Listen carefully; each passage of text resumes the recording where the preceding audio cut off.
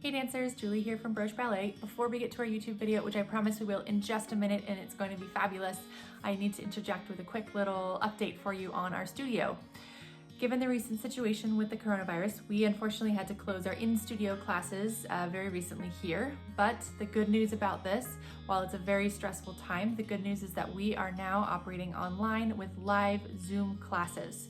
It would be awesome to meet you all. It has been so much fun with you here on YouTube, and thank you for being such an amazing audience. I would love to finally meet you in our live Zoom classes. I teach many of them as myself, as well as do many of our amazing and fabulous staff, and we would all love to meet you online. Your support during this time would be greatly appreciated, and we would love to see you there. All right, now on to the video. Hey dancers, welcome back to our channel. I'm Julie and I'm the owner and one of the instructors here at Broche Ballet, a ballet school just for adults in Denver, Colorado. Today I am back with the wonderful and fabulous Liz. She has been dancing with us in our studio for just over a year and just got her first pair of pointe shoes very recently. If you haven't already seen Liz working on her pirouettes, go check out that video on our channel. It is super awesome and helpful, and we have 6 or 7 tips for you on how to work on your pirouettes. But for this video, we are going to be working on getting over our box in our pointe shoes. This is a big thing for new pointe dancers to figure out how to use these things, how to figure out how to make your feet not look like bricks. So we're going to get into that today with Liz. So let's get started. The first thing I want to talk about is a little bit of the combination of strength and flexibility that we want to get over the box. So Liz, can you go up with in first position for me in your pointe shoes? Awesome. So what I'm talking about here is I want to get 2 things a little bit further over. So one thing I want to work on is getting her knees a little bit straighter on this box. And you see when she pulled her knees a little bit straighter, now she's a little farther off her box, which means that we can actually see a little shadow under the tip of her shoes, so it's gonna look extra black. Liz, can you exaggerate, bend your knees to go all the way over your box? Yeah, so we can see this is where we want her feet, and then we want her knees to be in that all the way stretched position. That's our ideal place. So come down for a sec, Liz, rest those feet. So the things that we're working on are the flexibility in the front of the ankle. Let's just set this one foot up on point, just put that toe up there. So we're thinking about the flexibility and the mobility in the front of this ankle joint. That's the first thing. The second thing is the strength in your toes to control this box. So if you were to point your foot out to the side like in a tendu or a dégagé, you want the ability with your toes to be able to break and point this tip of the box. Because when we're up on point, we want to be able to pull the tip of the box further down with the strength in our toes. So that combination of a little bit more mobility in the front of the ankle and a little more strength in the tip of the toes is going to help Liz get over her box while still keeping her knees straight.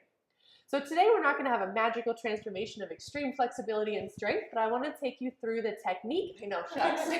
But I want to take you through the technique of what to work on. Be super patient, slow, and diligent with this because we're talking about tiny muscles and tiny ligaments in your feet and joints. So be super careful, even though I know you want to be over the box right away, right now, today, always. Yeah? So to do a little bit of the stretching first, let's stand in a parallel position. We're going to take one leg and cross it over the other. Yep. And from here, we're going to bend our back leg so that we're in a plie, and we're going to be stretching the top of the foot. A couple things to watch out for here while you're stretching. We don't want to stretch in a sickle. So we don't want to stretch here where your pinky toe's on the ground and your big toe's off the ground. We don't need to make this outside of your foot any longer. It's already plenty long. We want the inside of your foot to get longer. So we're going to think about the inside of your foot being what we're stretching and the top of the foot. From here, you want to think about knee to knee so that you're getting the proper alignment there in your shin as well. So if you need more of a stretch, if you don't feel much here, you can push more with your back leg. You can also scoot your foot farther behind your heel so it's farther back when you stretch. Are you feeling a stretch on the top of that foot? Yeah, awesome. So we want to feel that stretch on the top of the foot. This is a great little stretch to do. We don't want to necessarily do weight-bearing stretches where we're standing up on our shoes and going over with our weight. This one, Liz is in total control over it. She can release it at any point in time. She can keep it for as long as she wants, and probably her legs are going to get tired before she held it too long. So that's a really good limiter in terms of not just like sitting on the couch with your foot in a foot stretcher. She's going to get tired before she held this too long, and I bet she's already getting a little tired right now. Yeah, this is kind of a little bit of a squat right here that we're in. Let's get that other foot a little bit, talk about a couple more things while we're at it. So while we're doing this stretch with your feet, we want to, yep, that was a good fix. We just fixed from that sickle over to that wing. We really want to feel the toes, where the toes are in that box. Start to feel the toes pointing and elongating while we're doing this. so that you're also activating the arch of the foot as well, so you're pointing your toes while you're stretching. We'll just hang out here for another couple of seconds. Stretch that foot out equally, yeah, because it feels so nice as well. Let's come back into parallel. So next thing I want to talk about is the strengthening portion that I mentioned, where we want to be able to manipulate the toes of that box. So take your foot, take your feet into first position and take one of them out into tendu side. And then with your toes, with your ankle pointed as much as it can be, we're going to lift your foot off the ground and try to pull your toes back without letting your ankle relax. Yep. And then point, point, point, point, point. Yes. Awesome. Let that foot rest. We don't want to get a foot cramp in there. So we want to think about when we're doing this, where our toes are in the box.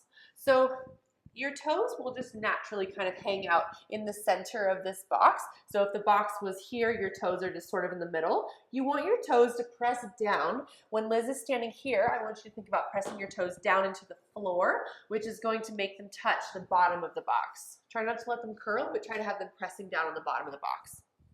Now when you go to point your foot, try to still have your toes pressing down into the bottom of the box, like a little flipper or a little pinball paddle with your toes, yeah? So go out into a tendu side and really think about pressing those toes down. Yes, nice. So now we've got that foot really shaped. We like to call this shaping the shoe, which is a lot different than pointing your foot. It feels a lot different than just pointing your toes in your soft shoes. So now we're really shaping this shoe. Now when we get to point, let those feet rest. We want to shape our shoe on point. So we go up there, that shoe is giving us a lot of support. It's really helping hold us up, but we need to be the boss of that shoe. We need to tell that shoe that it needs to bend underneath us. We want to pull those toes, touching the bottom of the box, the bottom of that shoe, to pull the box under. Yeah, so let's go up in that releve. Now we've already stretched the front of the ankles just a little bit, and I want you to really feel that we're shaping these shoes. Yes, that's right. And now we're a little straighter in those knees, yeah? So pull up super straight, shape those shoes. Yes, nice job, good. That was a nice change there in the body, yep. And then come back down, let those feet rest. That was a lot of work, yeah? That was a ton of work. So that's how we want to activate the feet and shape the shoes when we're up on point. So two biggest things for you to work on getting over the box. That stretch that we talked about, this is the safest way to do this stretch. You're in total control. Just be really mindful that we're not stretching out on the sickle, that we're stretching on the big toe. And then the second thing is working on how to shape your shoes. Press your toes into the floor, into the bottom of the shoes. You can work on this in regular technique class as well. By when you're standing flat, push your toes into the ground. Really feel this all the time. Even when you're pointing your toe in your soft shoe, feel your toe, feel the sensation on the bottom of that shoe. Don't just let your toes float around. Really think about them as little flippers or little paddles, shaping the front of your foot, not just sort of letting them dangle in midair. Yeah? Let's go up one more time and show off those gorgeous feet. All the way up. Shape those shoes. Lift super tall through the core. Squeeze those inner thighs tight. Good. Nice job. Good. Come on back down. Awesome.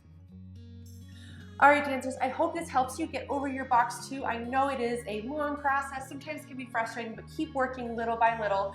Have patience and you will get there. Until next time, dancers, we've had so much fun with you. Take care.